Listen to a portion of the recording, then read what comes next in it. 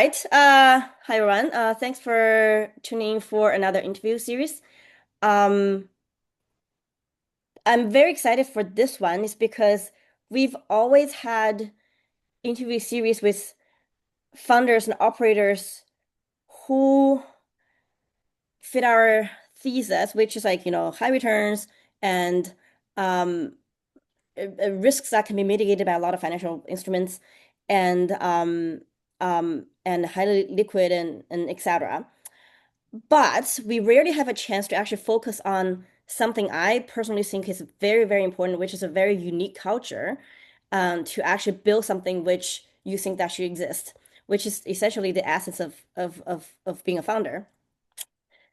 And if you guys are long-term followers of me and my platform, my newsletter, you should know that I have that formula, um, which which is useful on both people, things, and money, which is um, which essentially can help you f filter out the good people, the good ideas, the good execution team, um, and a beautiful process, which will eventually naturally bring you the results that you intend. And this is why I'm really excited for the interview today, because actually, for the first time, we're able to talk to a founder, which I believe share the exact same sort of formula, and it built such a unique culture, which is shown through, I guess, the financial results of the fund that he's running. I honestly did not expect to come across somebody who actually have this kind of culture in the high finance world, which is why I'm really, really excited for today's interview. I know a lot of my followers and subscribers are actually running funds themselves, or fintech operators themselves, and they have large AUM under their belt. So I think this one will really, really help you to understand how having a unique culture can actually bring the results that you really want. Now, before we start, as always, just some house cleaning item. The information provided here is for educational purpose only, and all information provided here is provided in good faith. However, we make no representation or warranty of any kind expressed or implied regarding the accuracy, validity, reliability, availability, or completeness of any information provided. Under no circumstances shall we have any liability to you for any loss or damage of any kind incurred as a result of the use of the information shared here or reliance on any information provided here. Your use of the information and your reliance on any information provided here is solely at your own risk. So essentially, again, as I said, every single time, I'm just sharing what I think are really interesting to me and what I could potentially invest. It has nothing to do with how you manage your money or how you do your own due diligence. So please do your own due diligence and only use this as informational purpose. Okay, Michael, really happy to have you on this interview and have your ideas sent out to like 40,000 people, because I really do think ideas and good contents are worth to be heard and worth to be seen. So, what's the big idea here? What are you doing so differently? Well, no, even before we get to that, what exactly are you doing? So look, I've been a entrepreneur all my life. An industrial engineer by first degree and an MBA by second degree. And uh, in that kind of journey, in that process, I know what it takes to build a company. I've been an active angel investor. And now I get to vicariously live through investing in and supporting in entrepreneurs from all around the world. So first of all, I have the best job in the world. So part of this is, do what you love. In my angel investing journey and experience, um, I got lucky. I understand the math. I had about 20 angel investments. Um, in venture-backed startups, 68.5% return less than money, 4% drive all of the returns, and the ones in the middle make up for your losses. So understanding that math, luck is not a strategy, hope is not a strategy, but process and discipline is a strategy. So we built a fund that would invest with discipline and with process and with scale. And the big idea is that time reveals all, that the best way to do due diligence is from the inside. As an entrepreneur, myself and my partner in the fund would get frustrated with the feeling that a lot of investors would make snap decisions, not really understand the business, or take the time to understand it. And partially that's always on the founder in terms of communication, but partially it's on how the kind of industry works. So we know from there's lots of research out there saying that angels that do some level of deeper due diligence have twice the returns of angels that don't. So with companies staying private longer, um, the big idea, the strategy piece was to launch a open-ended fund in venture. So this means we're a forever fund. So we're not, means we can stay structurally aligned with the entrepreneurs over the long period. So it's in a typical venture fund, 8 to 10 year time horizon, or 10 plus 2, whatever. And that means that your interests stop being aligned with the founders towards the end of your fund cycle because you want to get the capital out for your investors. You have to, in fact, as the fund closes. Companies staying private a lot longer. And so it makes sense to be able to not be forced to sell and stay aligned with the entrepreneur, support them to maximize the returns for the shareholders of the startup and therefore the investors into those startups. So launched a fund that has this open-ended structure. The next big part is sourcing. So how do you get to the best deals? So both my partner and I had two strong global networks that we were associated with. One was INSEAD, the business school that we both went to, top producer of unicorns outside of Silicon Valley in terms of universities. And Founders Institute, world's largest pre-seed accelerator. They graduate 1,000 companies a year in 180 cities. And our third network is our own investors. So that's where we source from. We fundamentally built a fund that we would want to take money from as entrepreneurs. We would want to invest in as angels, and we would want to advise for as advisors.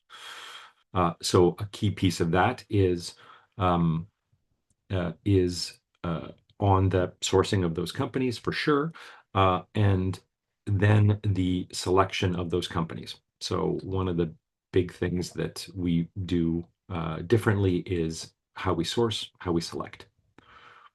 Now, do you want me to continue on with the? Okay, I have so many questions. I have so Yeah, many please, questions. please. Okay, I think a lot of the stuff you said are done in other funds. Yeah, However, what really struck me, what really stood out the first time we were talking is exactly what you said in that one sentence, let time reveal the winner. So yeah, the formula I was talking about, which I wrote a lot about in my community and which resonate a lot with people, is that there is so much uncertainty in life and in career and in investment in money.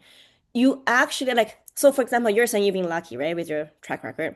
I, on the other hand, have been extremely unlucky, or as people say, well, that's just normal investing, especially yeah, VC investing. I have had a zero success, like 100% loss so far in everything in the VC space that I invested in. And yeah, I publicly, openly talk to people about how much I've lost. sure, So that's why I guess part of the reason why people find it fascinating. So from there, it's a really expensive lessons. Like it's several huge. seven-figure lessons, which distill down that few words of philosophy for me that I now use on people, on things, and on money, which is time is the only judgment call that you can rely on. Not yourself, not anything. Like at least, certainly not me based on my track record. Yeah, So so from there, I constantly write about, to figure out if a person is reliable or trustworthy, or to figure out if your friend is worth to keep, to figure out your partner is worth to keep, or figure out your freaking investment or fund or company you investing is worth to keep, right? Like all you need to do is give up that decision-making power and give it that to time. Let time tell you whether it's a keeper or not. And that's why I only start very small. I don't write large checks anymore. I only do very small upfront, diversify the hell of it. Don't commit at all for anything in the beginning. And as months go by, as years go by, like every 6 months or every 12 months, you will see very clearly whether it's legit or not, and whether like you made money or lost money. All you have to do is keep doubling down on things that made your money and just keep cutting things that lo lost your money. If I have followed that, I will be in a much better position. So, but like it's really, really rare to hear people say that, like let time reveal the winner because No, we like have we have we have we have 100% institutionalized that. It is so core to what we do.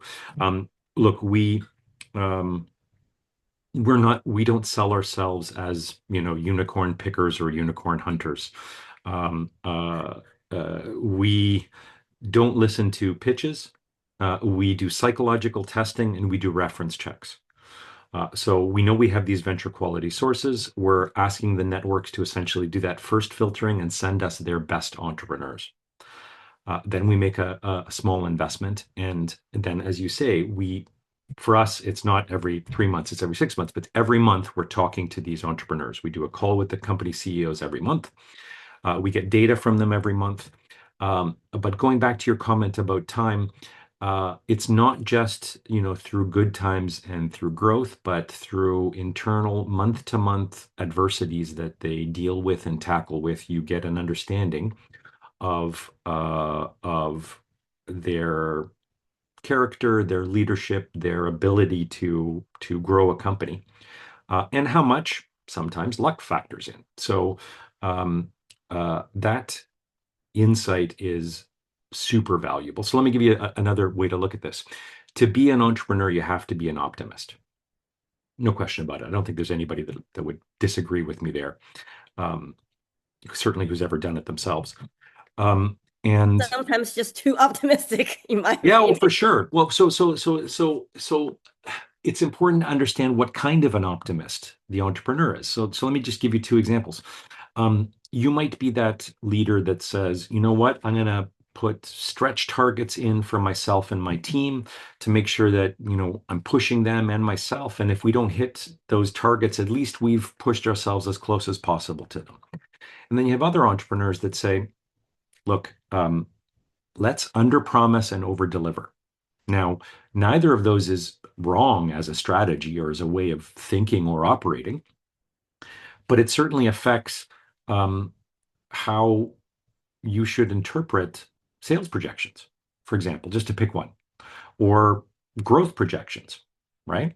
So once you get to know that entrepreneur over time, you can temper or adjust some of these predictions when it comes to actually making investments. And making investments for investors is all about getting in, pre-inflection point. You need to believe that the company is about to or will soon go through a significant stage of growth, and that's why you're opening your wallet right now, because you're getting in at a price that is much lower than it will be hopefully in the near future. So understanding and interpreting those results and projections is a critical part of the game. Right, right.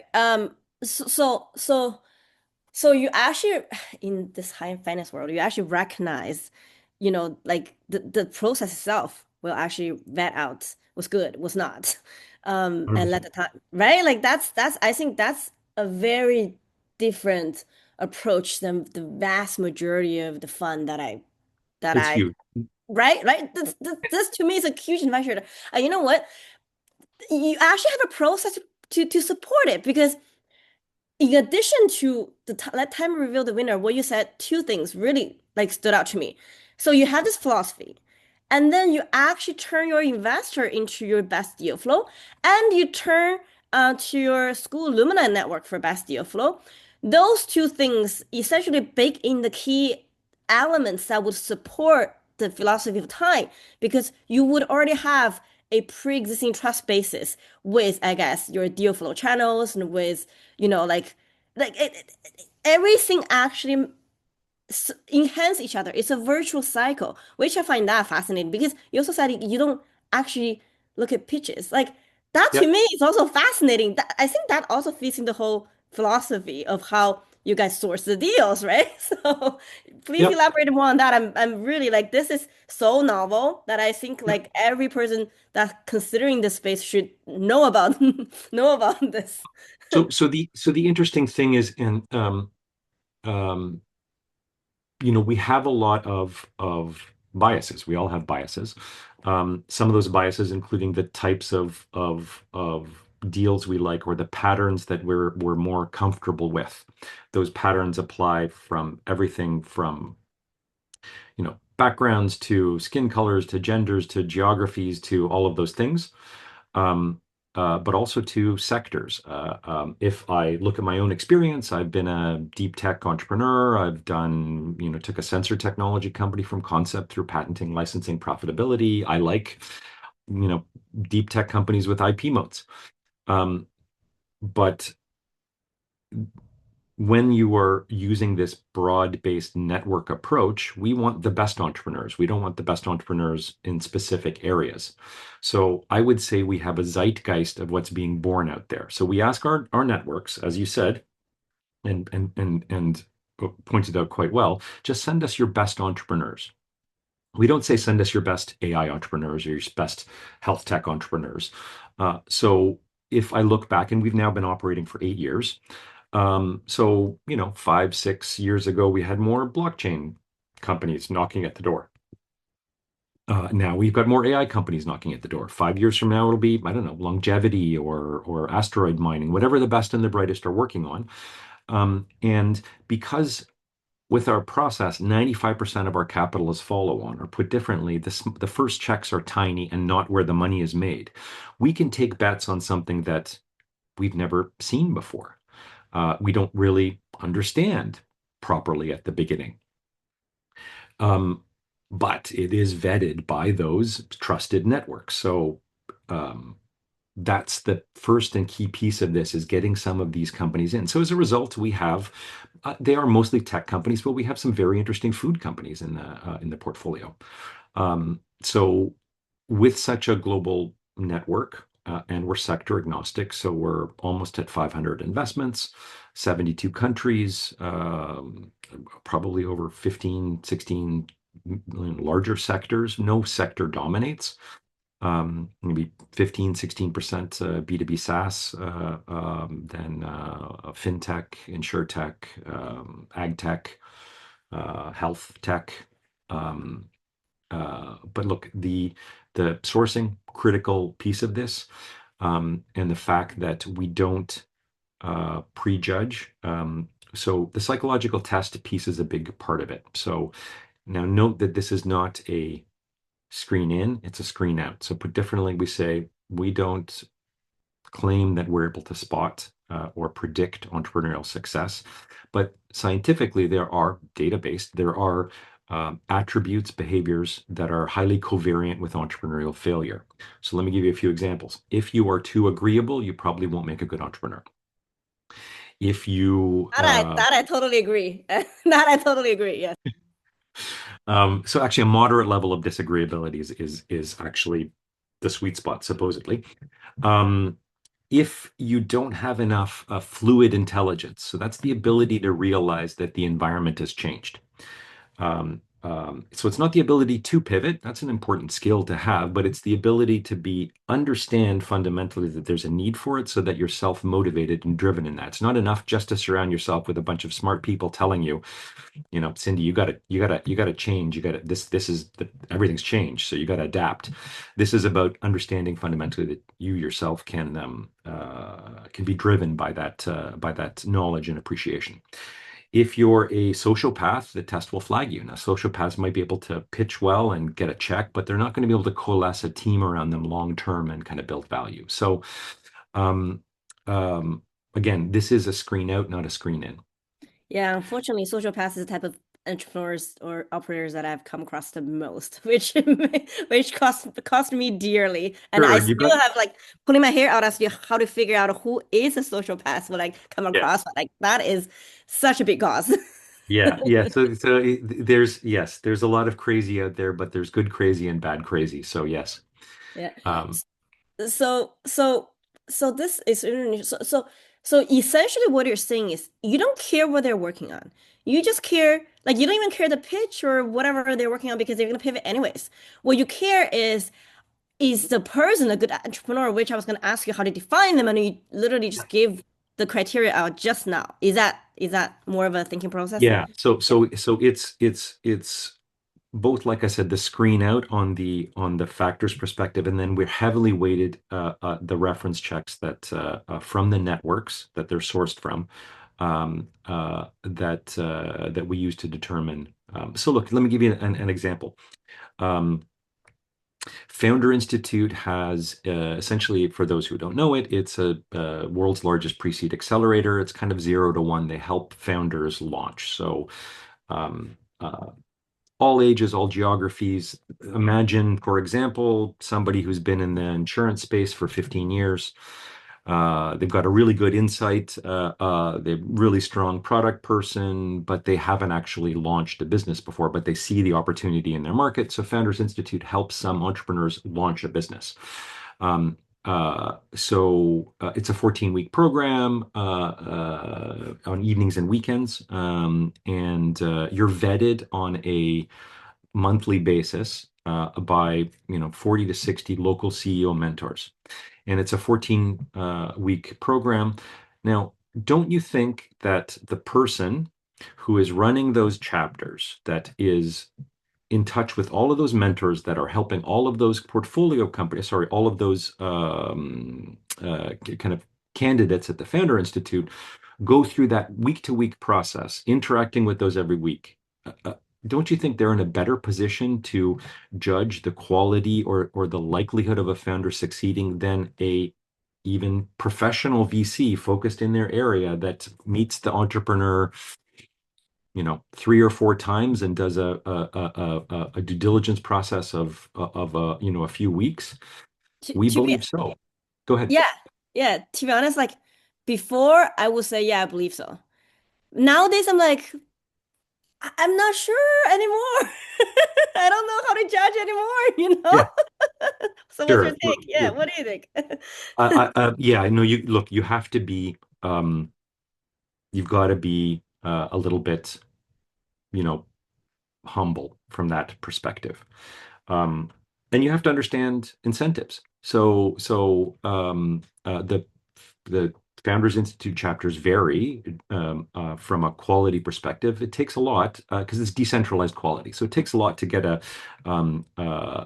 really good entrepreneurial ecosystem going in any city that you're in, because there's different competition there. There's different people running it. To get the best entrepreneurs, you need the best mentors and the best investors. So it's a complex ecosystem challenge. Um, but we're building these long-term relationships. If one of these directors puts forward a company that isn't great, and we don't do follow-ons in, and we look back and we think that was a poor choice, then we're not going to go back to that director and get more companies from them in the future. And yet, very little um, of our own LP money has been put at risk. Part of this is is that learning that you can do when you're doing something at scale, and that's where the numbers and the venture math work when your numbers are big enough. So our numbers are big enough. I mean, yeah, your numbers are big enough. Like you have what you said, like close to 500. Like that's vastly larger than most of the VCs that I've talked to, right? We Like we are actually Yes. At a recent kind of PitchBook ranking, we were tied seventh most active VC in the world, tied with Sequoia. Uh, Really? Wow. Okay, you should have said that like in the first 30 seconds of being. yeah, I know. It totally. It's like credibility, right? Yeah, totally. Yeah. No, Wow, okay.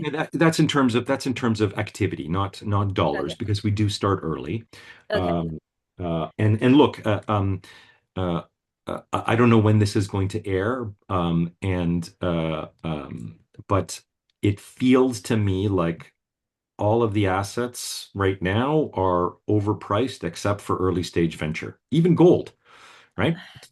I, Anyways, I, I cannot tell you how wholeheartedly I agree with you on that one. I usually am not 100% agreeable with yeah, people, but like this one, yeah, heartfelt 100%. Like, yeah. I feel, okay, this is people say like, yeah, you don't just dollar average, like average cost in the market, because the history has shown whenever you do that, like, doesn't matter when you go in, like, it's always going to be trending upwards. But I look at the numbers differently and it's wrong. It's actually fundamentally wrong. If you did come in at a peak and then you just dollar average cost, whatever, Yeah. there are certain times in history that you're still going to be at a loss today. Like the So, conventional wisdom out there is wrong. so what you've said is super important when you think about venture as an asset class. So to not have VC as gambling, you need to diversify to get the numbers. But it's not just about diversifying by number of investments. You need to diversify by vintage. So VC is very vintage driven. So you have years where everyone's overpaying and you have years where everyone's underpaying in that cyclical um, uh, 18-month deployment window. With an open-ended fund, um, when you invest with us, you get a piece of every previous deal we've made and every future deal we're going to make. Like it's unitized, almost like a mutual fund. So you spread that risk across different vintages, right? So when you saw a vintage year, you said you guys are being running for 8 years. So that's what, That's right. 2017? Yeah, Oh, started. 2017 is No, no, yeah. no. 2018 is when we started to invest. Yeah, so Okay, okay. March of 26 will be at 8 years. Okay, so that's a like a very attractive point because like I think 2018 is nowhere near inflated as today. Yeah, Right? Like yeah. So sure, some of our investments have done quite well from that time period. Um, but the interesting thing is, we're very careful not to promise our entrepreneurs that we are the fund that's going to be there in the dark days, and there will be dark days when they need money. We are the fund that is there for the companies who outperform other companies at the stage within our fund. So since we're a forever fund, you're always competing for companies at your same stage. okay, that is so interesting too. I know we've have a sequence of topic, but I think we've jumped around a lot. Oh But I yeah, think no, yeah. no, that's fine. You can That's fine. you control me if you Yeah, lead yeah. where But you want to go but next. what exactly you said, I want to dig more. I was just thinking, okay, where are we in that sequence? I just want to make sure that we cover everything that we're supposed to talk Yeah, about sure. today, but I think you touched on a lot of points. So what you just said, let me summarize, okay? I Yeah, think also part of the secret sauce or part of the process is you find you find pre-existing relationships in your network, which will bring you best deals they already have invested in, so it's already vetted. yeah, You get those best entrepreneurs and you only write very small check up front and let time tell whether they're actually progressing well or not. And yeah. if most people are not, which is, I guess, the reality around VC, you don't do full on anymore. But for the few ones that are, I guess you start your institutional more like VC investing at that stage. And right, like did I get that right? Yeah. No, Okay, that's a okay. great summary. And so this ties in perfectly with what you just said. So at that stage, it's it's almost like you're running a competition, your own fund, right? Yeah, Because for sure. you have enough diversified bases. You have like close to 500 companies, and they're probably like at different tiers. And each tier, they're all competing against each other, and you only invest in the winners, right? That's That right. sounds to me like So that. Yeah, really. do you know what kind of competition this is? It's It's a Darwinian competition. exactly. I was gonna say it's like the arena of, Gladiator or whatever, right? Totally. To look, it's and look, so 29 days out of the month, I think we're probably the most supportive VC fund out there. And I can talk about how we support our companies. But Oh, this is on the interesting. Yes. 30th day, we Yeah. are draconian capital allocators. Where is the next risk-adjusted return on the dollar going to come from our investments? We do not play defense. Sunk costs are sunk. So it really is about rewarding the companies who are getting traction. Mhm. And the thing about traction isn't um, ego-based. It's not, I was right about this company in a previous investment or last time we put in money. They just need a little bit more money. No, this is, No, that's risk. traction has no gender, skin color, sector, geography. Um, so the challenging part is in the comparison and the risk assessments. I have to compare Singaporean cellular agriculture company to a luxury coffee machine company out of Brooklyn to a Ecuadorian soccer SaaS company to a you know uh look, there's just so many different, so obviously the KPIs and what constitutes traction is different, and that's some of the complexities that we certainly manage, and we have different ways of doing that. So, okay, so that's really I've always amazed by like how VCs can actually understand every single industry and actually Yeah. make the right judgment call. But it sounds like you're not making judgment call. You're just following through a due process, which will eventually um flash out the ones are not good enough for you, which is not based on anybody's judgment call. It's really based on time. Yeah, there's still trade-offs. Look, Yeah. we rate the companies on how they're doing. We establish Mhm. these KPIs, which are industry specific. Mhm. But then we have to adjust the ranking of these companies, and that is the adjustment in ranking is very sensitive to valuation. So, um, um, you know, you have to do essentially scenario analysis of what is the likelihood that this company goes to zero, or has certain other paths, and that's how you get the expected valuation or that kind of risk reward um, level. So there is judgment in there, and the being sector agnostic, you have to have a lot of inputs. And the way that we do that is we not only have, there's two general partners, there's 16 venture partners. They work a day or two a week, located in different parts of the world with different backgrounds. We also have over 1,500 advisors. And most of them are drawn from the same similar networks, that we draw the companies from. But there are other industry luminaries, experts in their particular fields. So they not only help out the portfolio companies, but they help provide us information and feedback on the quality of the portfolio companies themselves. So help us do that assessment. So it's not um, uh, fully quantitative investing. In the sense that we just set the controls and we lie back and the machine spits out what investment we should make next. As an industrial engineer, I believe in humans making decisions supported by machines. I'm comfortable with an AI at the investment committee as a disparate voice, but not an AI as the investment committee. How about that for an answer? That's amazing. But like still, I don't understand. I'm fascinated by how you are able to manage close to 500 companies and 1,500 advisors, like, Yeah. and plus a bunch of more, couple hundreds more probably people do. Like, how do you even do that? So jokingly, when people ask me what the companies, I say we number them. I mean, obviously, Do you number obviously, your kids? No, just kidding. no, no, no. Um, um, look, even if you think about look, again, I'm an industrial engineer, and we build things to scale. We're all about Right. scale and efficiency and process um uh but look, so Kamal, my partner in the fund, and myself will each take the lead on about 50 portfolio companies, and we'll do half an hour calls with them.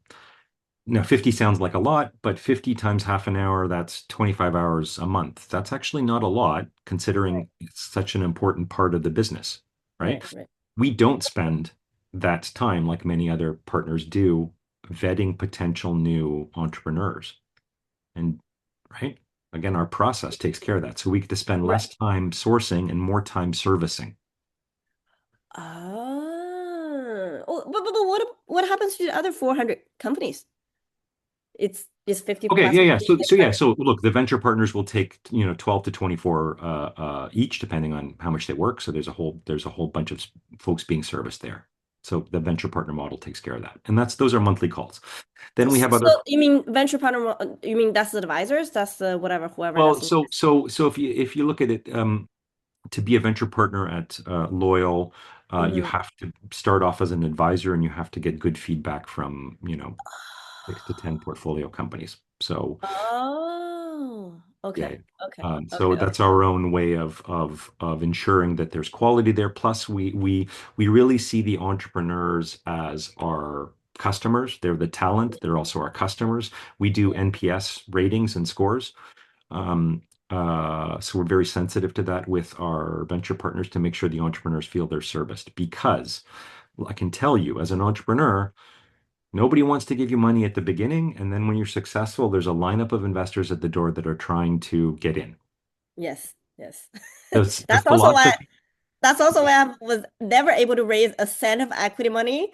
yeah, But once things start making money, like there's so much like yeah, capital all of a sudden. yeah. So look, Cindy, the philosophy with Loyal is we're not knocking on the door when these entrepreneurs are successful. We're in the house with the entrepreneur having coffee, talking about who should be let in the door together, right? So, That- so um, that get in early, build that long-term relationship, build that loyalty, is such a critical part of what we do. You talked about culture at the beginning of this interview. Um, as much as we've designed this fund to deliver second quartile venture returns, hopefully with less risk due to the diversification and our own processes. But our North Star metric for the fund is that 98% of our portfolio companies have accepted our follow-on offers when we've made them. Put differently, our entrepreneurs want our money, and they've done wonderful things to um, let us into rounds that have been closed. They'll reopen a round for us. Look, because we don't, um, we'll help an entrepreneur. So look, we're wearing our shareholder hat all the time. So when a founder's raising, great, we want to help them raise.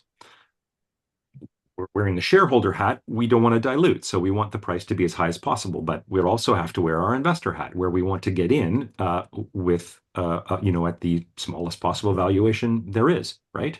So it's trading off those two roles and doing it in a way that's fair for the investor. So for the entrepreneur.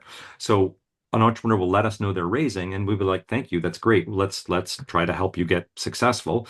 But with our processes, with this competition that we talked about internally, when they rise to the top of the chart, if you will, the monthly process that we run, we will reach out and make them an offer, regardless of whether or not they are raising. What?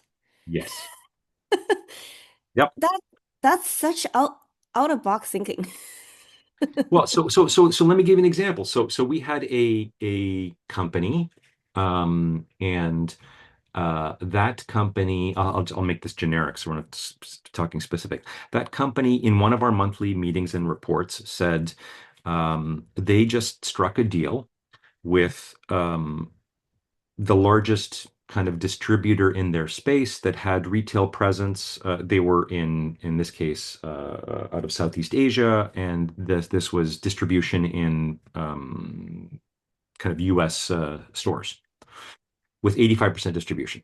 So the first thing we said was, that's amazing. Hey, can you send us that contract? We want to take a look. So it's a trust but verify. So that's great. We're talking about it, but let's see the contract because we want to understand the quality of that contract. So we take a look at it, and we reach back out to her and we say, this is amazing. You can raise money on this, guaranteed. Oh, okay. I just based on this accomplishment, like again, coming back to those inflection points, this significantly de-risks where you are for your stage of company. You can raise money on this. However, here's an idea. Why don't you take money from us at this particular valuation and go out to your existing investors? We don't want to be treated differently, and offer them that same deal. So we're all coming in and giving you some money at this valuation. And you can defer going out to market for a year. Now, again, complete partnership transparency with the entrepreneur. We say, look, the reason why we think this is a good deal is because you will be able to go out a year later at a much higher valuation and dilute less. Just That's take this money to bridge yourself, essentially. Um, and you're not going to be distracted because right now you're a small team. Again, this is quite early with that process of fundraising. yeah. You'll be able to focus on building the business. You'll dilute less. You'll be happy. We will get in earlier with more money, so we'll be Yeah. happy. This is not completely selfless. This is, Yeah. we believe, in the best interest of both parties. Yeah. And she took that deal. Um, Oh my God. yeah. So again, Wow. it's great. Now, again, like I said, we told her you can get funding on this. Now you're still going to have to go out, meet those people, build their relationships, go through their due diligence process. We're done. We're ready. We know you. We were waiting for this event to occur, and then now it's occurred. So we can act within days, Okay, right? this is a self-feeding virtual cycle Again, but the only way to do it is put in a lot of effort, upfront. developing these relationships Hmm. from the start. And it's interesting because a lot of other folks in the industry, a lot of investors are like, well, you guys put in an inordinate amount of, you put in a lot of energy into companies that you own so little of at the beginning. Yeah. And the Yeah. answer is yes. Yes, we do. We do it because we want to be inside of that room, having coffee with the entrepreneur when all the good news comes and when there's a lineup at the door. Right. So, and to be honest, it's not a lot of wasted effort upfront because like I do you hunt for companies, right? I Yeah, found for pass like niche asset which yield high margin for passive income. sure. And you know how hard it is to find that? Like it's literally like it's so hard to find um to even find one legit ones. So Yeah. so so to find the people, the company or whatever strategy that, each of us is hunting, we have to spend so much money anyways upfront. The difference is you are spending that on warm intros on people who are already vetted. So the probability of turning that into fruition is so much higher than people Yeah. like me who are actually hunting it on a cold basis, like right, like around the world for like without pre-existing relationships. So I would actually argue that it's really energy and time well spent with much higher efficiency for your purpose. So, Well, and it's interesting. I like to say you could take, the two partners, the 16 venture partners, the 1,500 advisors, you could put them all on a cruise ship, and you could sink that cruise ship, and um, the investors would still all have the benefits of all of the good decision making we've made in the past. But the reason we put on all of that energy is so that we can still have access to those companies as they grow and be in pole position for additional investments. yeah, yeah. So we believe that it is even though we could stop putting in this energy or spending this money and just get the returns from the good investments in the past, we believe that that it is indeed worth it. Yeah, yeah, yeah.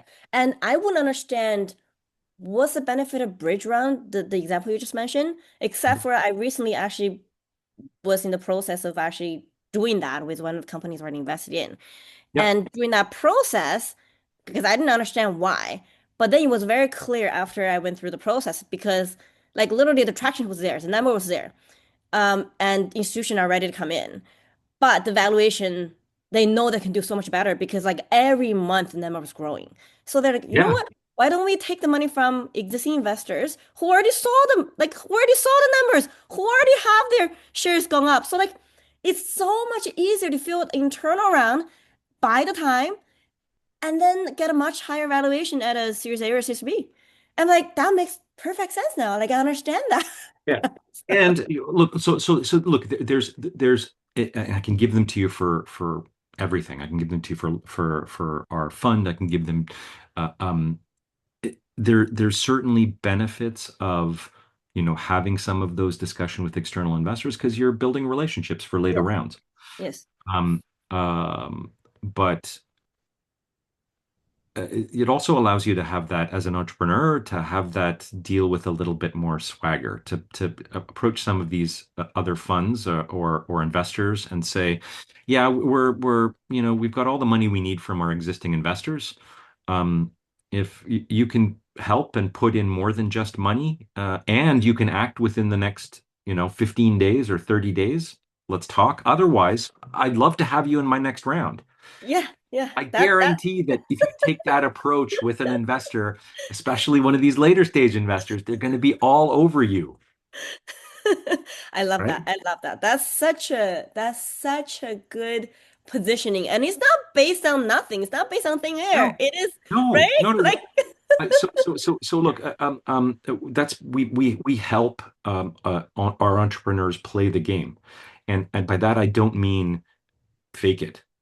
I yeah, don't mean I just mean put your best foot forward and take advantage of the success that you're having and position and present that in the right way to activate. Um, and look, it's funny. We have some entrepreneurs in our portfolio. I like to say they're better at fundraising than they are at building the business. Now, it doesn't mean they're bad at building the business. Their superpower is just, herding the cats, baking the cookies at the right time during the open house. Like that's what they're really good at. Um, so from our perspective, again, it might be overvalued. We may not participate in the round, but helping connect them, helping them get and build on their product, that's great. We'll do that. right, right. Okay, so we talk a lot. Let me just go through, let's just see what we did not talk about. I think you touched, Sure. so we talk about your really innovative approach and a Yeah. process to for deal sourcing and investing, which is I think everybody should learn a thing or two from that. Oh, do you want to flash a bit more on your background? Like what, because you're an entrepreneur. I think that's Yeah. why I also find the conversation very interesting when we start Yeah. talking. What exactly did you do? Like, did you go through a crazy ride? Oh, a few crazy rides. Um, First of all, yeah, no, I'm a archetypical entrepreneur in the sense that uh, I was the kid with the lemonade stand and the paper route and the convenience store in his locker and the was a barista, a waiter, ran a movie theater, and I did all of this before I was 16, when I was 16 years old.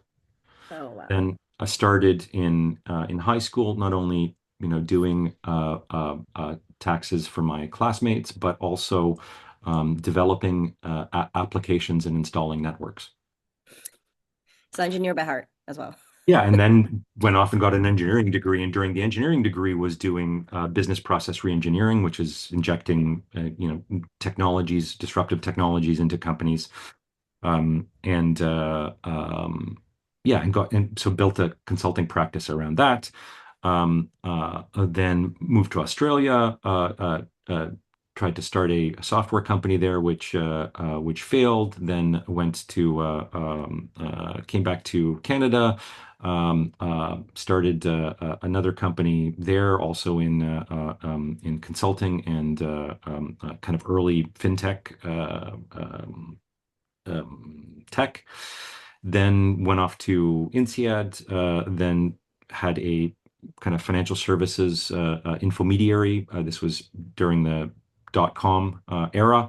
And I have war stories there. We don't have time to go through some of those, um, but had some painful learnings from the bubble bursting back then. Came back to Canada, reconnected with my network here, launched a sensor technology company from initial patenting through licensing, got into millions of toy products all around the world and robotics. Um, then had my first kid, took what I call my corporate tour of duty at a big Canadian bank, running their internet channel, that was CIBC, and mobile banking. And then joined my current partner in this fund at a startup. So we worked at a startup together, doing a company called Skymeter that was doing satellite tolling. And although that didn't work out, some great learnings, met some great people there, and got to know my co-founder now of the fund very well. So that was a great outcome from that perspective. Um, I found uh, I found the failures are the most valuable asset ever, oh, for sure, at least in for my case. sure. Yeah. And look, they actually make up a lot of our biases. So Yeah. I try to understand my biases and where they come from. So when I give advice, actually one of the big pieces of advice that I give is kind of eat dinner while it's served. So put differently, if you have a plan to execute on for your startup, and the only thing that you're missing is money. It's a good plan. It's a solid plan. You know how to grow. Don't sweat the valuation as much. Take the money and go. You never know when that money's going to dry up, and that comes from me living through that first bubble. So, in a nutshell, the lesson that I learned was we had a company that was based in the Netherlands. It was performing well. We were expanding that company to different parts of the world. We needed a lot of money for the expansion. The plan was good. We didn't take the money when it was available. And then 6 weeks later, they came back with a 1.5 times the valuation. That's how hot the market was. And we said, hey, we're so smart. All we did was wait because we don't need the money yet. Let's wait again. They come back again 6 weeks later, 1.5 times the valuation again. We're thinking we're kings of the world. We're the smartest people around. And then the bubble bursts. And the plan was good, execution path was good, model was already validated in the Netherlands. We just didn't have the money to launch. So because we delayed and didn't take the money when it was available, I had 22 people working for me that lost their jobs. Oh my God. Whoever that's listening, like that tuned into this episode, this is such a good story to remember. And it was greed, right? Mm, mm. Like or it was playing the game, or it was Yeah. using the knowledge and timing. Because honestly, if the bubble didn't burst, then Yeah. I would have gotten effectively a 3 times better deal.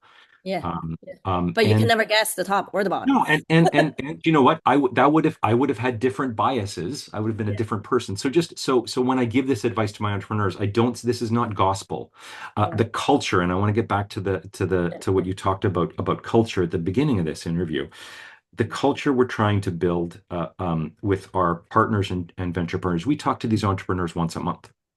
And part of our culture is we ask them, what's the biggest problem you're facing this month? How can we help you in the next month? Mm, And we do that every month.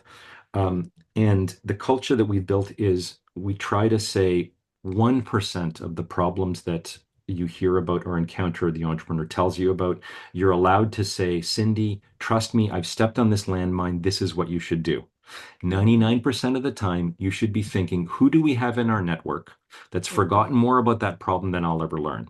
And again, that comes back to the use of these advisors and how that makes us stronger and able to deal with all this variety of problems in a way that we think helps the entrepreneurs. Which means you are not tied to your bias in your experiencing because you only do that 1% of the time. The 99% of the time you find somebody else who Yeah, actually. right. Okay. Okay. That's That's right. interesting. Yeah. Yeah. No, just going back to your example, like actually the interview we're airing right now, we're sending it's a founder who actually built a Dakan Corn before, and he's Uh-huh. doing it again. And it's gonna be like potentially we think there's potential global monopoly in this. But when I Yeah, was like during the interview, I discovered that he's diluted so much, he doesn't have a lot of shares in the company. I'm like, how are you like how did you let that happen? Like, I mean, you're probably one of the highest net worth in my subscriber list, and like you built a Dakan Corp before, you sold it like yeah, six successful ventures. How did you let yourself dilute to this much in your most potential, like venture right now? He said, you sure. know what, Cindy, I'd rather own a 10% of a 50 billion Yes. or $1 trillion company in the future than um, owning most of it, but doesn't have the financial resource to get to that point. I'm like, okay. Look, I think whenever you take, and there's a lot of people out there that are spouting textbook wisdom, um, that haven't lived through it or don't understand. Like Yeah. like you don't want to. Yes, there needs to be skin in the game for the founder, for sure, and but you have to also understand the personal needs of that founder in relation to that equity. So some founders um, can weather the storm. They don't need this to be, um, um, uh, incredibly financially lucrative for them, just great lucrative. And I get to spend time really making my vision come together. That's the reward for them. So yes, people should be paid and rewarded financially for their contributions, for sure. But is there a big difference? Look, I think about even this fund. There were probably easier, I know for sure, there were easier ways to make money in venture, easier models to adopt. Yes. Um, but this checks all of so many of my other boxes that there is good, founder market fit, if you will, Yeah. right? Yeah. No, Um, that's so true. that's That's true. that's And that's just on important. that, like, I don't know if I mentioned it before, but I guess I put it to the public. Like, there are, like, out of the 15 years I'm doing this, like, there are 3 times people approach me, say, hey, like, I follow you for long, made a lot of money, and you know what? I will supply you with unlimited funding.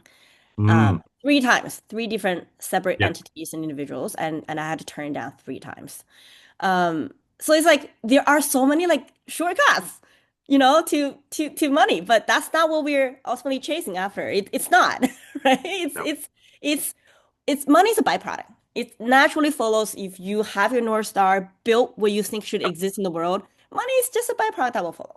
So yes, yeah, yeah, yeah, okay. So, yeah, no, that's great. So you have done a lot. So we're gonna talk about the firm's track record a little bit more. Now yeah. it's just your track record, your personal track record prior to the firm, to this current fund. Have you successfully exited in the past? Which I'm assuming you have. Yeah, yeah, yeah. Yeah, yeah, yeah, yeah. I Uh, think and both. and so the Mhm, and the sensor technology company interesting. mhm. Uh, we're still that's a uh, it's a very tough business to get going, and then the business turns into essentially, when you're licensing IP and you have successful licenses, it's about opening checks. Yeah. So it's not. There's different types of success and different types of exits, and that's certainly one of them. Yeah, yeah, yeah. Because I also think you said you were lucky in your own personal investing portfolio. So like I Yeah, tend to stick with lucky people because like I think luck is luck is actually part of character or accumulation of the yeah, good deeds you've done, things like that. So okay, yeah, and we did talk about pain points, which I think it's like any people who had failed an investment before, like me, which like a yeah, pinnacle of that, right? Like it's really how do you get quality deal flow? how do you pick the right companies, Yeah. which you got, like, which you have innovative philosophy and process to actually realize that, materialize those in both areas. So I find that pretty fascinating.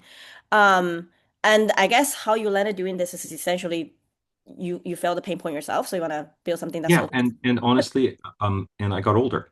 I mean, no, What? seriously, no, no, no, no. Like Older I know. advisor? I don't know about wiser, but maybe more set in my ways. No, look,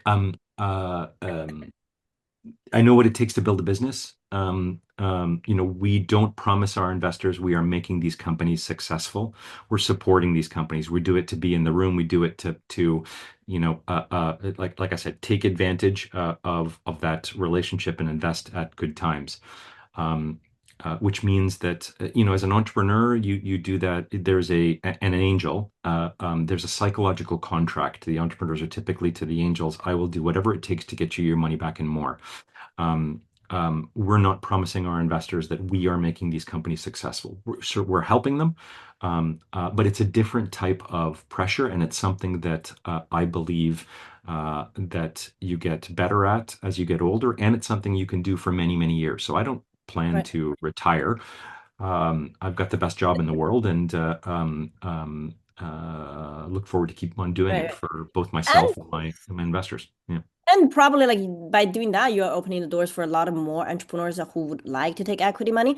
Like often I look back and I'm like, thank God I didn't take out any equity money because I don't think I could, knowing what I know now, uh, I know a lot of founders. Like knowing what I know now, it's hard to imagine somebody could live through that pressure and just have somebody crack the whip at you like constantly. Like that's just insane for me to actually even fathom. But yeah, yeah. like it works for some people. Yep, I hear you. Yeah, Yeah, yeah. Okay. We talk about this. This is what I really find it fascinating. Like, you don't look at pitch decks. You actually have the founders go through a psychological test, that's right. and That's right. and you have all the warm intro from your network. And we Um, I do we do the reference checks are critical, and Kamal and I do those ourselves, yeah, so we yeah, don't outsource the yeah, yeah, those are important conversations. yeah. Yeah. You know what? I'm gonna reference some of that in my process because I think that's like that will eliminate a lot of sociopaths and like weird people, It I guess. helps. Yeah. Okay, so oh, one no, no, we'll do that later. Okay. So we talked about the deal side. What about capital? I'm guessing it's the same, right? Like capital, you just go to the same network, Luminize and Yeah, yeah. So now it's interesting. As I said at the beginning, our big innovation is that we're this open-ended fund structure, which is non-traditional. So I like to say 8 years ago, we were viewed as the crazy guys in the wilderness. Now we're just viewed as a little odd, and 8 years from now, we'll likely be viewed as normal. pioneers, right? Okay, okay, okay. So Sequoia moved to an open-ended fund structure, umbrella fund structure about 5 years ago. Stepstone and KKR have recently launched as in 2 years ago, launched an open-ended, mostly fund of funds, VC vehicle. So as the result, our initial investors were all sourced through our normal, through our networks. We've got about 250 individual investors. We've got 6 family offices and 6 GPs from other VC funds. So that's our investor base. And I saw your next slide in terms of how we raise. We're now looking at talking to more private banks and wealth managers to look at the mass affluent channel and essentially distribute our product through wealth managers. Okay, okay, okay. Well, you're not But all, sorry, but all my direct, all direct, all accredited investors only, but from all around the world. right, right, right. I guess like just putting my entrepreneur hat on. You're not approaching this fragmented market one by one, wealth manager, right? Like you have to go to like a centralized channel, I guess, like a channel sales or something Uh, like that. Do uh, yeah, right? Right. so we actually we so there's a few different tactics. So part of it is you can get some of your existing investors to talk to some of their wealth managers to Mm. ask the products to be custodied on their platforms. Then you have platform access. Then it becomes easier. And then part of it is just honestly, it's you. it's BD, it's pounding the pavement. It's Yeah. what's the ICP, what's the proper. So for us, we as our checks get bigger and the companies mature, we have our ability to deploy capital according to our process because we're again very disciplined. Right now, we can deploy probably around 8 million per quarter. As soon as we start writing the next stage of checks, that'll go up to 16 million per quarter. So there are certain wealth managers and distribution channels that we're simply not big enough for yet. Mm, mm. So sub 50 billion AUM, most likely kind of 10 billion AUM is our sweet spot in terms of these wealth managers. So you build a list and you focus on a few countries first in specific areas of wealth, and you make sure that you're abiding by all the securities laws and legislations, and then you work the list. That's what we're doing. Yeah, you sounds like a typical entrepreneur, half time fundraising and half time mining the Yeah. product. So here's the interesting. You talked about those investors, that approached you, said, Cindy, I'll fund you forever. Just come to me. Because we have so many companies, it in so many sectors and geographies, it behooves me to have a wide base of investors. So it's less important to me the size of the checks that are being written, and more important to me that Diversity. yes, that we have Yeah. them in the fund. Yes, yes. No, I agree. You don't want your risk to be too concentrated. Concentrated. That's right. Yeah, yeah, yeah. No, that's true. Great. But Okay. I'm also for big cap tables. I'm controversial that way. I like when our entrepreneurs have lots of investors on their cap table. Why? Because inevitably some of them are going to flake out, or it has happened to me personally as an entrepreneur. I had one of these funders, and they got ill when I needed funding, and it had Right, nothing to do with their commitment or their desire or my performance, but they right. weren't there because they got ill. Well, there's nothing you can do with that. That's just Yeah, yeah, chance. yeah. No, that's true. That's true. Again, diversification, right? Yes, absolutely, 100%. Yeah, Systematically get rid of uncertainty to a certain degree. the only free lunch in investing. Totally. Yeah, I love this. Okay.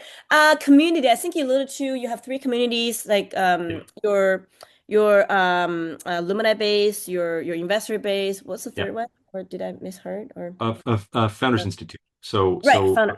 so Kamal started the Founders Institute chapter here in Toronto, and then worked for them as a global kind of director, working on a lot of Right, their curriculum. So right, right, he often apologizes to some of our Founders Institute entrepreneurs for the pain he's put them through. So, yeah. right. Yeah, founders, I doubt nobody has heard of them. Like, I mean, they're pretty well known. So, like, Yeah, but they're pre Techstars and Y Combinator, so uh, it's a different again, much earlier, yeah. and later stage funds, later stage companies, Mm, they're sexier from a media perspective. They get more attention. Numbers are bigger. yeah. Yeah. And what I realized, what I learned is um money and fame are two different things. Oh Like yeah. they're not necessarily directly correlated at all. Like like I sometimes I pop the hood of certain companies I hear on the news like all the time. I'm like, holy, like really? This is their financial situation? Like, you know what I mean? So yeah. Yeah. Okay. And what we'll talk about enough was different because I think what you've done is enoughly different. Let me just recap to see if I miss anything. Um, Essentially, like everything's warm intro, so you get a better quality coming in the door. You're getting it a lot earlier, and you're not like you're supporting them so that you can do full on um, rounds at a much earlier and better evaluation. And essentially, you write the first check very small, and only let time reveal the winner. I think those are all, things that everybody can implement right away. Yep. That's right. And then that's okay. So risks, I think it's needless to say, like VC investing is very risky, but I think you've systematically reduced the risk to the best of your ability, right? Well, this is the thing. So we Yeah. call it the venture capital paradox. So if venture capital is so risky, then why are the biggest investors in venture capital sovereign wealth funds, endowments, and pension funds? The roles of these organizations is to create wealth and preserve wealth. I never understood that. I never. This is still a question I'm still Oh, ask like you have the answer. please enlighten me. No, I Yes. still do not have the answer. Definitely have the answer. Um, So there's a few aspects of this. So individually, deal by deal, venture capital is risky.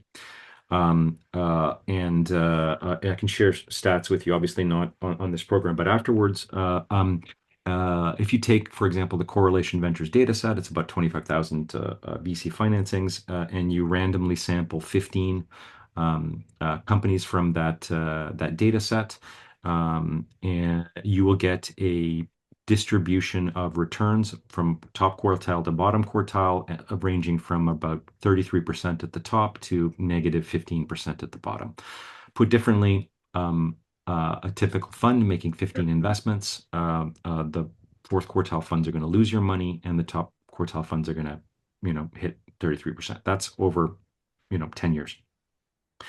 The Once you increase that number to 200, 500, the variance shrinks down a lot. And what you get is you get a similar risk profile to investing in a basket of public equities. What? So, yes, yes. Keep going, keep going. But the interesting thing is the median is a little bit higher, What do you mean? the median return. Oh, So, yes. So ah, if you have a similar variance with a slightly higher median return, this is an asset class you want to be in. right, because you have alpha, essentially. And another reason why they're doing it is because that make money and preserve money. So if you look at and these numbers are a little bit out of date, but the numbers from I think last year, or it might even be 2 years ago now, but the 10-year returns for private equity were about 15.3%, for venture capital about 15.1%. As the two top performing asset classes 2 years ago. But right Hmm. now, it's definitely the numbers are different, but let me focus on there. So endowments, if you look at how endowments, especially how they invest across asset classes, they pretty much equally allocate into private equity, venture capital, U.S. public equities, international public equities, fixed income, and real estate, equal weightings. And they do that because of the diversification. Again, that's the protect wealth piece. So it's an attractive asset class when you do it professionally and not gamble. And to do it professionally and not gamble, you need that wide base. So you Right. can get to 500 investments by investing in 15 or 20 funds, or investing in a fund of funds, or investing in a fund like ours. Now, a fund of funds will have multiple layers of fees. We Right. don't, right? So that's part of that kind of financial product design piece of what we do, is trying to fit in that space to make this asset class more accessible to be done professionally, compared to angel investing. Now, we do a talk on secrets of angel investing. It's a lot of fun being an angel investor. You get to work with the entrepreneurs, you get to be part of something early, but individually, unless you're going to go out there and become a super angel and do 200 to 500 deals yourself personally, there's some gambling involved. Right, right, right. Um, okay, so let me just summarize that because that's a learning for me. So Yeah. essentially what you're doing is you created, to me, it sounds like you created a more diversified product in the asset class, which has Yes. better risk-adjusted returns In a single fund. in a single fund. So your cost is lower, Yep. your diversification is like good enough. Correct. Therefore, your risk's lower. Therefore, your risk-adjusted returns higher. Uh, so again, the our goal is to be a second quartile fund. And I know that's not Oh, yes, every other VC out there is saying we're unicorn hunters. We're gonna get you. right. But Right. I That's like to why when also you talk to me, that's why it's so refreshing. I really yeah, want drilled on this point. You're the first VC guy ever told me to my face that, oh, we're targeting the second quartile. yeah, I'm like, nobody has ever said that to my face before because everybody's like, we're unicorn hunters, we're doing this, we're doing yeah. that. So exactly what does it mean? Please educate, enlighten. So simple. Look. Mathematically, we uh, well. So look, typical fund makes 15 investments. Yeah. 15 to 20 investments. If you go back to the distribution of returns in venture capital as an entire asset class, if 68.5% return less than money and 4% drive all of the returns, and the ones in the middle make up for your losses, so 4% drive all of the returns, that's 1 in 25. So if you're only making 15 investments, your chances are only 60% that you're going to get a 1 in 25 in there, right? Right. Right. Right. Right. Right. So what does that mean? Well, that means that if you get a hit, a 1 in 25 in the 15 that you've chosen, you look like a hero. If you get two hits, man, you look like Nostradamus, Yeah. Yeah. Yeah. Superman. right? Yeah. Yeah. Um, and then just because and so here's what happens in venture sometimes. Okay, let's say you and I are want to launch a fund, and we go out there and we say, okay, we're gonna, Cindy's a unicorn hunter, Mike's a unicorn hunter. We're gonna each find 10 companies and or yeah, 5 companies each. We're gonna invest in these 10 companies. We're gonna save half the capital for follow-on, and then we go out there and we both pick 5 companies. And then for follow on, our egos get in the way. So let's say that mathematically, 3 of the follow on should be yours and 2 mine, or vice versa. Would I ever let all 5 follow ons be yours, even if they were the best companies? No, I wouldn't. So we're sub-optimizing. And then, Right. okay, let's say we're successful in our first fund or 3 years into our fund, and we look at each other and we say, hey, that was kind of fun. We've gotten some good returns for our investors. Let's go raise fund 2. Um, hey, but Cindy, you know what? I want to work less and make more. How does that sound to you? Well, that sounds pretty good, right? Um, Mm, so what does that mean? Okay, well, let's do fewer deals with bigger checks, because mm. then fewer deals mean less work, Yeah. Yeah. and bigger checks. So Yeah. what happens is you get even more risky.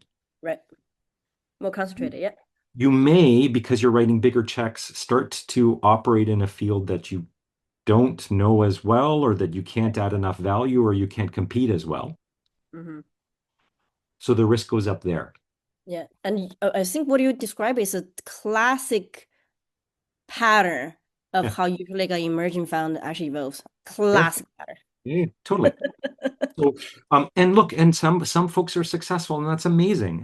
Whenever I hear angels that, because we've got a lot of other GPs, and we have angels that Yeah. have invested in our fund, Yeah. when they give me some of their like hit rates, I'm like, that's fantastic, man. You're doing amazing. What's the secret? Is there something that I don't know? Please share with me. So look, it happens, but we are just trying to do this in a professional way where you are mathematically less likely to get top quartile returns, but you're also mathematically less likely to get bottom quartile. Yeah. It's like you are like doing this ETF for VC funding. Almost like that, right? Yeah, yeah, it's a way to think about it. And hey, look, I know I'm not allowed to, give direct performance, metrics, but I can say that we have enough data now to Yeah. to show that um, our first checks, those first checks that we're writing, the 475 and then we've written, they are Yeah. failing at expected industry standard rates and Okay. times Okay. and durations. Okay. So what, Oh, okay. Three yes, dimensions all like on par. Okay. yep. And so what that says to us is, look, we are probably doing a pretty good job at sourcing, Okay. right? Okay. So as an industrial engineer, we can optimize anything, but garbage in, optimize garbage out. It's still Right. garbage, right? Right. So Right. so validating the sourcing, a key piece of this. Yeah. The next piece is the follow-on checks that we've written, which is where we expect to make most of the money. They are failing at about half the rate. This is very encouraging, That's significant. That right? is significant. Yeah. So to your earlier point, maybe we're pretty good at not giving the companies who don't deserve it more money. Mm-hmm. Yeah. Yeah. Yeah. Yeah. And look, and again, the numbers are big enough. We don't like to make predictions. I had a stats prof, and I love, it's always stuck in my mind. He said, if you make conclusions and recommendations with less than 40 data points, you're an idiot, and less than 20, you're a criminal. Wow, okay. That's I remember that. So that kind of Very- stuck in my mind. Yeah, Anyways, so yeah, from our perspective, we've made over 400, almost 500 of these first stage investments, and over 100 of the second stage. So, the numbers are yeah. large enough that I feel that we're on the right track. Right, right. So at least like if somebody gives you the money, they will know that based on if everything you said today is true, then they will know that at least their money is not wasted on just gambling bets, like like too much uncertainty. Like because you allocate only a fractional, like a very small amount into first That's right. track, but then Yeah, only less until they less than prove 10%. themselves. Yep. Yep. Yeah, oh, less than 10%. Okay. Then the vast like 90% plus is in companies already and already have tractions. So Yeah. I And of think that course, look, they fail. Um, um, uh, of course they fail. yeah, That'll happen. yeah, We're not promising our investors that we are changing venture math, yeah.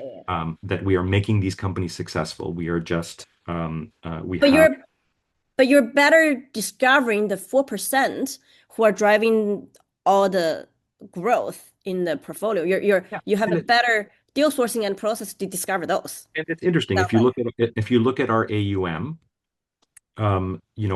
Like most VC funds, half the AUM comes from 5%, 4% of the portfolio, Right. right? But 4% of, you know, 500 is 20 companies. So it's 20 companies that make up half of our AUM rather than Right. one or two, Right. right? Right. Yeah. So it's So strength in the numbers. yeah. So again, so it again the concentration. So yes, let's we hope that those trends continue. Right. We don't make predictions, we don't make promises, but we're very transparent about what we do and how we do Right, it. right.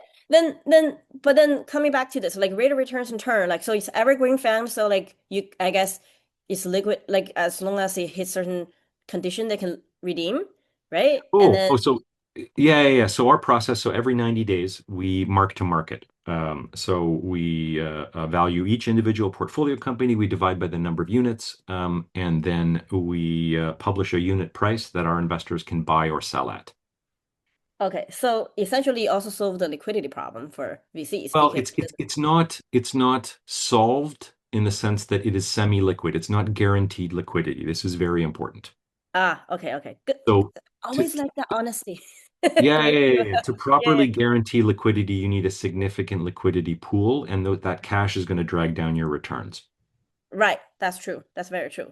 So what you're Even saying, then, unless the liquidity pool is 100%, then you can't really guarantee that yeah. liquidity. Yeah. So it's really at your best turns, like to your best effort, right? It's Yeah. best efforts, yeah. And Your and, best effort, and again, I talked about the wealth management channel. yeah. Our we have a new class of units with a little bit more liquidity options to align to what they expect in the channel. Um, um, Look, it's it's something that is not very accessible out there. It's not available. You're just starting to see more of it now, the rise of open-ended funds. It's definitely happened in private equity, less so in venture capital. Like I said, we were a pioneer, and I think you're going to see more of them. And I think 8 years from now, it's going to be close to Right, standard. Yeah. right. And what's the rate of return? What is the rate of return? Yeah, what's the return? What's the RI? What's been history? What's been what you guys are Yeah, targeting? so for that, Yeah. you'll have to contact me. Second quartile. Oh, second quartile. Okay. So if people Google second quartile VC, they will know what's the target return, right? They'll have to, yes, they'll have to know. Yes, in terms of target returns, yeah, for sure. Yeah. Yeah. Okay. And Okay. look, it all depends on when you start and when you exit. To your earlier comment about timing the market, Yeah. there's a minimum 2-year hold period Yeah. with our units. You shouldn't be thinking about VC as and timing the market in and out. Of course. Yeah. Um, Yeah. but again, look, we have Yeah. different opinions and attitudes for our investors. We don't enforce Yeah. attitudes on them, and providing them. Look, we have a few entrepreneurs that invested in our fund, and they took out money a couple of years ago because they're like, this market is horrible. I would rather put my own money into my own fund, Yeah. into my own startup Yeah. than take money at these horrible terms right now. So Yeah. Yeah. No, that's true. That's true. But is it fair to say, like, is it, I don't know how much you can disclose because I'm not in that world, so I don't know what yeah. your compliance department tells you, not your, but is it like fair to say, like, single digit, double digit, triple digits? Like, is that, So we've had double digit years, we've had single digit years, and we've had got negative it. years. Got it. Right. Got it. Got it. Um, Overall, so I hope it's, overall, I hope it's it is positive overall. net, Yeah. yeah, okay. Net positive. Okay. I don't want Keep in to, touch. Look, the last 2 years, VC has been the worst performing asset class. you guys have been beating up pretty bad, I have to say. Um, but look, Yeah. so that's part of the, you talk about um, the ups and downs and learning Right. about entrepreneurs. Our It is model what it is. Yeah. survived COVID. Our model survived SVB. Um, and it's going to survive. Actually, we'll probably um, end up in a positive place this year. I can tell you that um, if I look at what's happening in our portfolio companies, there's less bottom feeding investors out there offering horrible terms to our entrepreneurs, and more Mm. reasonable M&A happening now. So, does that mean that cyclically we're out of the bottom? I don't know. I think so, maybe. I don't know. We don't like to make projections, but again, coming back to my feeling that everything is overpriced except for early stage venture, that's certainly how I've been feeling over the last couple of months. Right, right. Okay, lastly, I guess do people have to be accredited investors? Is it USD? Have Is to it be Canadian? Is you it have pound? you have to be an accredited investor. There's no way around that. Okay, okay. USD, Canadian pounds, like So right now we have a 50K minimum. yeah, Again, we lowered that to because that was the standard offering in the wealth management channel. It's USD, it's denominated in USD. yeah, And we take in money on a monthly basis. We price the units on a quarterly basis, and got it. we Okay, give dividends on a quarterly basis. perfect. Great. Yeah, If people are interested in learn more as a standard process, contact us and we'll connect you with Michael directly. And you guys can do your own due diligence, check it out, and check him out.